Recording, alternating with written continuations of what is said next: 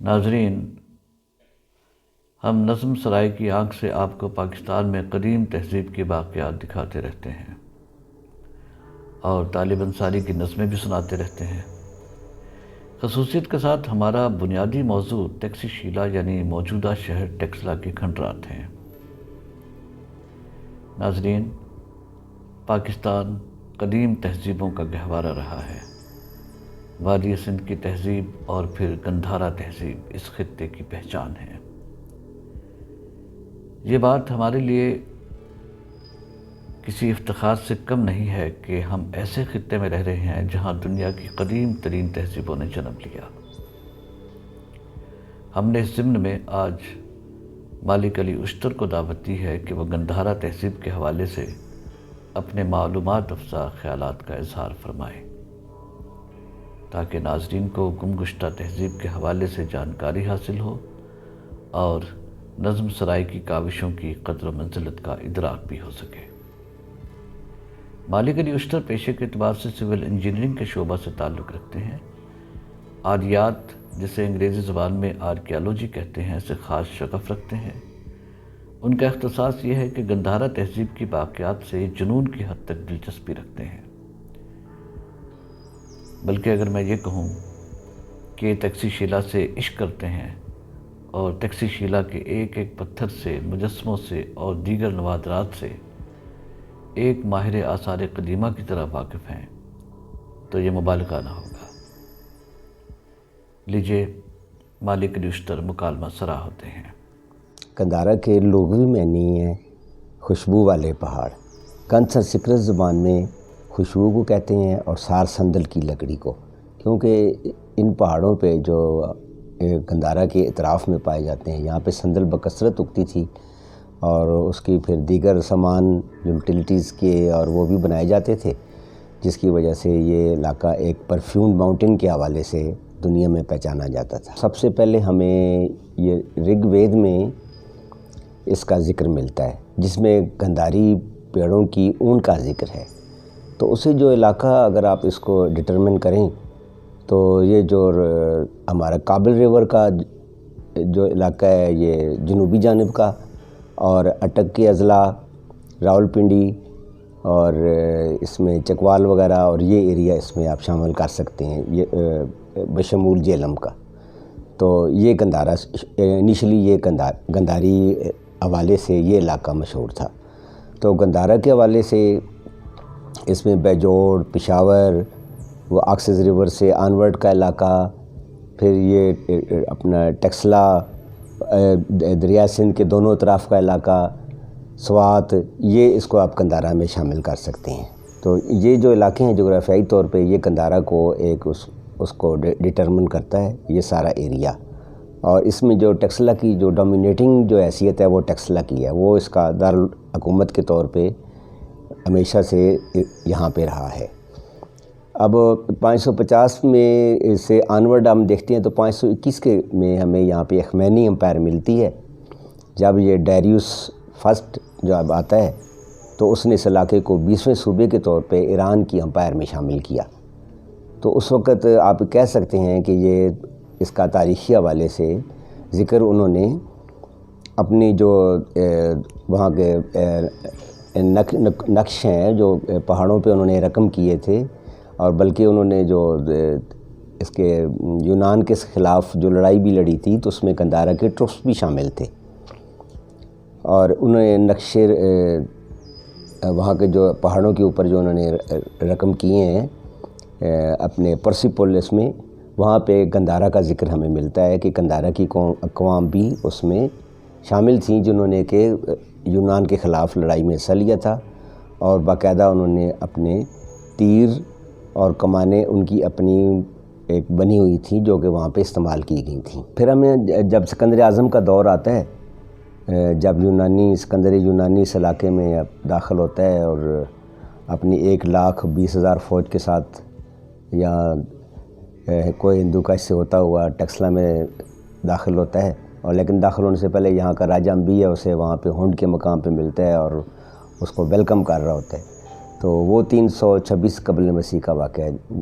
جب وہ اس علاقے میں آتا ہے تو اس وقت یہاں پہ مقامی ہندو راجا تھے جو حکومت کر رہے ہیں، اور ارد گرد پورا علاقہ جو تھا وہ جسے ہم گندھارا کہہ سکتے ہیں، اس میں مختلف راجاؤں کی حکومت تھی۔ تو جب یہاں پہ جب سکندری یونانی آتے ہیں تو وہ اس وقت اس علاقے پہ راجہ امبی کی حکومت تھی، اور راجہ پورس سے مڑپیڑ ہونے سے پہلے راجہ امبی نے یہاں پہ ان کے لیے ایک جشن کا اہتمام کیا۔ یہاں پہ وہ کچھ عرصہ رہے اور انہوں نے سکندر اعظم نے تیاری کی، لڑائی کی، اور وہاں روانہ ہونے سے پہلے اس نے یہاں پہ ایک عاشورہ ایک ان کا جشن ہے جس میں گھوڑوں کی قربانی دی جاتی ہے، اس کا اہتمام بھی کیا تھا۔ اور اس کو جب اسکندر یہاں پہ آیا تو اسے اپنا یونان یاد آیا، تو کہتا ہے کہ یہ تو بالکل یوں لگتا ہے جس طرح کہ میں اپنے یونان کے کسی خطے میں گھوم رہا ہوں۔ یہاں پہ اسے اولیو ٹری ملے، اور اس نے یہاں پہ دیگر فروٹس دیکھے، اور یہ سندل کی لکڑی اور اس کی اشیاء دیکھیں، اور جو یہاں کی جیوگرافیکل جو تھی سیٹلمنٹس تھیں، تو اسے بالکل ہی یوں محسوس ہوا جیسے کہ وہ یونان میں ہی گھوم رہا ہے۔ تو اسکندر اعظم جب یہاں سے آگے موو کرتا ہے تو اس کے بعد پھر مورین امپائر کا عمل دخل شروع ہو جاتے ہیں۔ مورین عہد میں چندر گپت موریہ نے اس علاقے میں وہ اپنی حکومت اسٹیبلش کی جب اس نے سلوکس نکٹر کو وہاں سے نکال باہر کیا دریا سندھ کے آس پاس سے، اور اسے ذلت آمیز شکست پہ مجبور کیا۔ چندر گپت موریہ کے بعد ان کا پوتا اشوک ہے۔ جب اشوک آتا ہے تو وہ 272 قبل مسیح میں، تو وہ تقریباً کوئی 3 صدی قبل مسیح میں وہ کنورٹ ہو جاتا ہے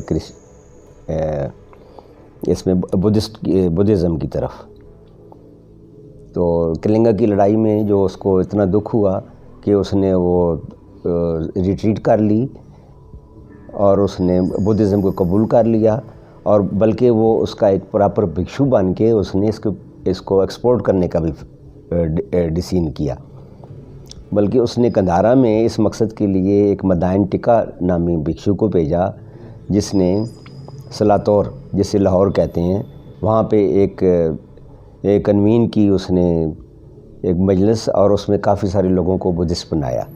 اس کے علاوہ اس نے دیگر بھی ایکسپیڈیشنز دائیں بائیں جو مذہبی تھیں اس میں انہوں نے بھیجا، فار ایسٹ کی طرف ڈیلیگیشنز بھیجے، اور اطراف میں سری لنکا کی طرف اپنی بیٹی کو بھیجا اور بیٹے کو بھیجا، سنگامتا بیٹی کو، اور اس اطراف میں اس نے اس کے علاوہ جگہ جگہ اس نے فرامین جو تھے وہ بھی مذہبی حوالے سے اس نے رقم کرائے۔ بدھ نے تو بدھزم کو ایک ڈاکومنٹ کیا اور اطراف میں اس کو انٹروڈیوس کرایا، لیکن اس کو کنسالیڈیٹ کرنے میں اور اطراف میں اور بیرونی ممالک میں بھیجنے میں اشوک کا سب سے بڑا رول ہے۔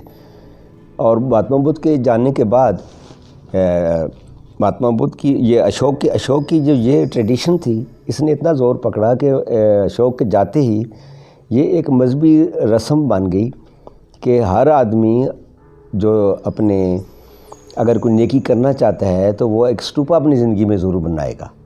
گھر میں جو اسٹوپا تھے گریا اسٹوپا بنائے جاتے تھے، اور بڑے اسٹوپس تھے جو منتی اسٹوپا ہوتے تھے وہ جو بڑے اسٹوپس کے اطراف میں بنائے جاتے تھے، اور بڑے اسٹوپس تو حکومت کو اپنی عملداری میں بنواتی تھی۔ اشوک کا رول اس حوالے سے ایک ڈومینیٹنگ رول ہے کہ اس نے بدھزم کو گندھارا میں خوب پروموٹ کیا۔ اس کے بعد مقامی حکمران ہمیں ملتے ہیں، لیکن اسی دوران 189 سے 90 BC تک ہمیں ایک اور قوم ملتی ہے جو کہ جو کہ آکسس ریور کے پاس سے آئے تھے۔ وہ بیکٹرین گریکس تھے، باختری یونانی، وہ نیم یونانی تھے، اور زوریسٹرین سے بھی ان کا علاقہ تھا۔ تو وہ اس خطے میں آئے اور انہوں نے پھر آغاز شروع ہوتا ہے ہمیں یہاں پہ گندھارا کے حوالے سے انہوں نے مختلف چیزیں بنانی شروع کیں، جس میں انہوں نے وہ کنسٹرکشن ہمیں ملتی ہے، اس میں وہ جو کنسٹرکشن سٹائل ہے وہ ہمیں یونانی کنسٹرکشن سٹائل ملتے ہیں۔ جس میں ہمیں بلڈنگ کے سٹائلز ملتے ہیں، آئیونک سٹائل ملتا ہے، کورنتھین سٹائلز ملتے ہیں، پھر اس میں پارسی پلیٹن ہے اور اس طرح کے ڈورک ہیں اور مختلف خوبصورت بلڈنگز کا یہاں پہ آیا ہوتا ہے۔ اور اس کے علاوہ ہمیں یہ جاٹکا سٹوری کے حوالے سے بھی مختلف جو ہمیں وہ کارونگ ملتی ہیں، اس کے علاوہ مختلف کنسٹرکشن کے سٹائلز ملتے ہیں، وہ تقریباً شروع ہو جاتا ہے اس میں پارتھین بیکٹرین گریکس کے دور میں۔ اس کے بعد پھر ہم دیکھتے ہیں کہ سیتھین آ جاتے ہیں۔ سیتھین جو ہیں وہ سر دریا کے آس پاس سے آئے تھے، انہوں نے بھی رعایا کو چینج نہیں کیا، حالانکہ وہ بھی زوریسٹرین سے، ان کا بھی کوئی نیم مذہب زوریسٹرین بھی تھا۔ انہوں نے یہاں پہ آ کے جنڈیال مندر کی بھی تعمیر کی، جو کہ ایک پیورلی ایک وہ یونانی مندر ہے، اور اس میں انہوں نے اس میں ہمیں ان کا وہ ٹیمپل بھی ملتا ہے جس میں وہ اوپر سائلنٹ ٹاور بھی بنا ہوا ہے۔ ان کے بعد پھر ہم دیکھتے ہیں کہ پارتھین آ جاتے ہیں ایران کے کیسپین سی کے آس پاس سے۔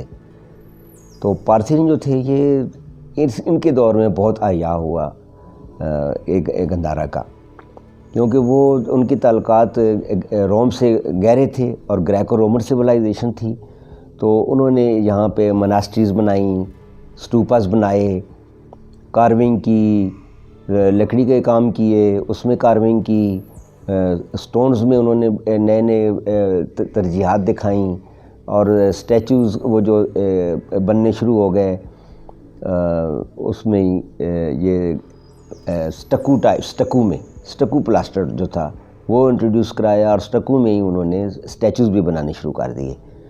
تو اس کی جو بدھا کے مختلف جو اس کے لائف سٹائل تھے، جس میں اس کا ارٹ کا، اس بدھی ستوا، بدھا، یہ مختلف اس کے جو اس کے سٹیجز تھیں جب اس نے بدھزم کے حوالے سے پروسیڈ کیا، تو یہ اس کے ان ادوار سے وہ گزرتا ہے۔ تو انہی ادوار کو انہوں نے ڈپکٹ کیا، یہ جو جتنے ان کی مناسٹریز تھیں اور سٹوپاس تھے، اس کی دیواروں پہ، ان کے کالمز پہ، اور کالمز انہوں نے بڑے خوبصورت انداز میں آئیونک سٹائل میں بنائے۔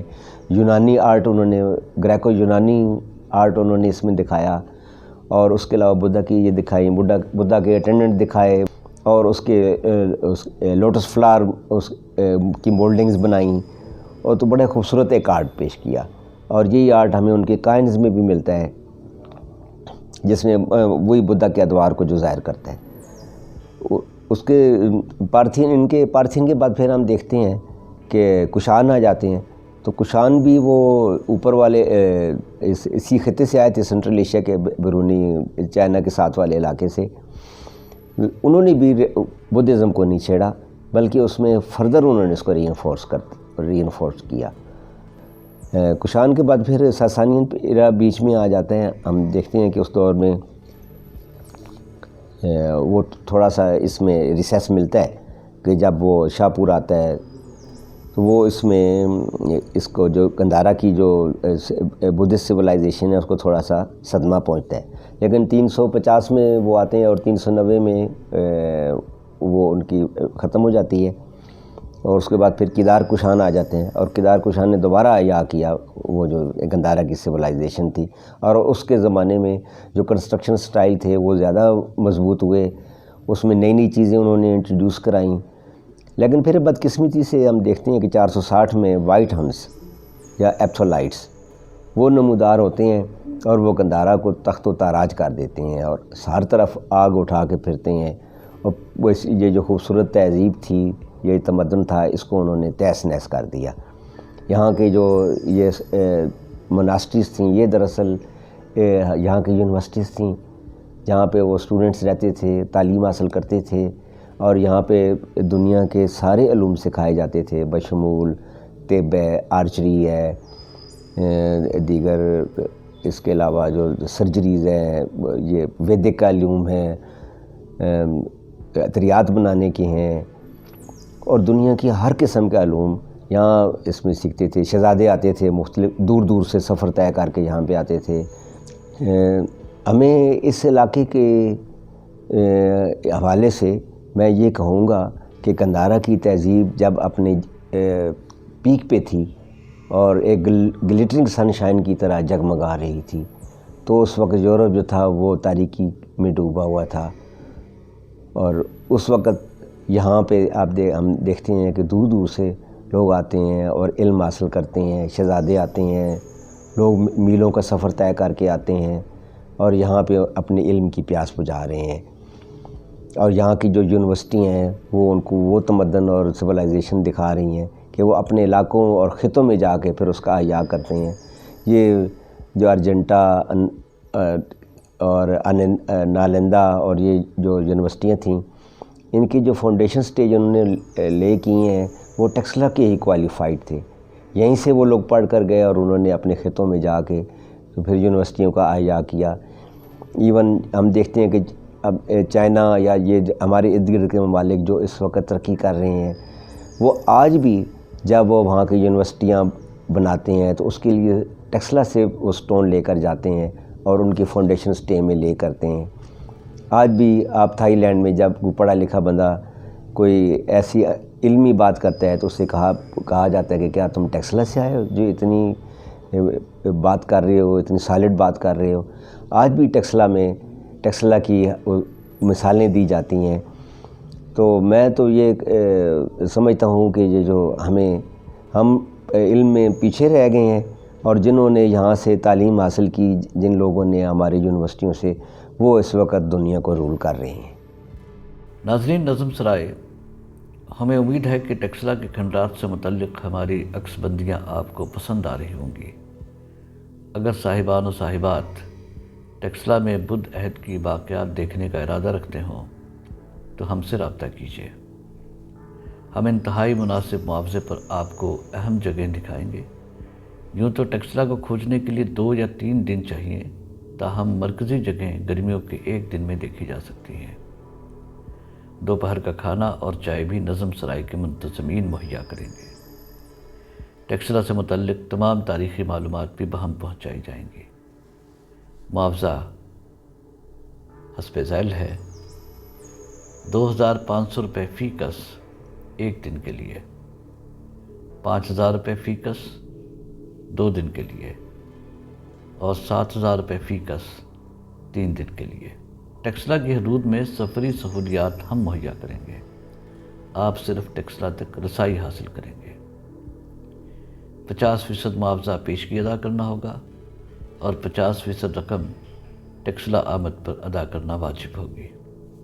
درج ذیل نمبروں پر رابطہ کیا جا سکتا ہے: 0302 530 1041، 0334 954 0351، 0336 0165 020۔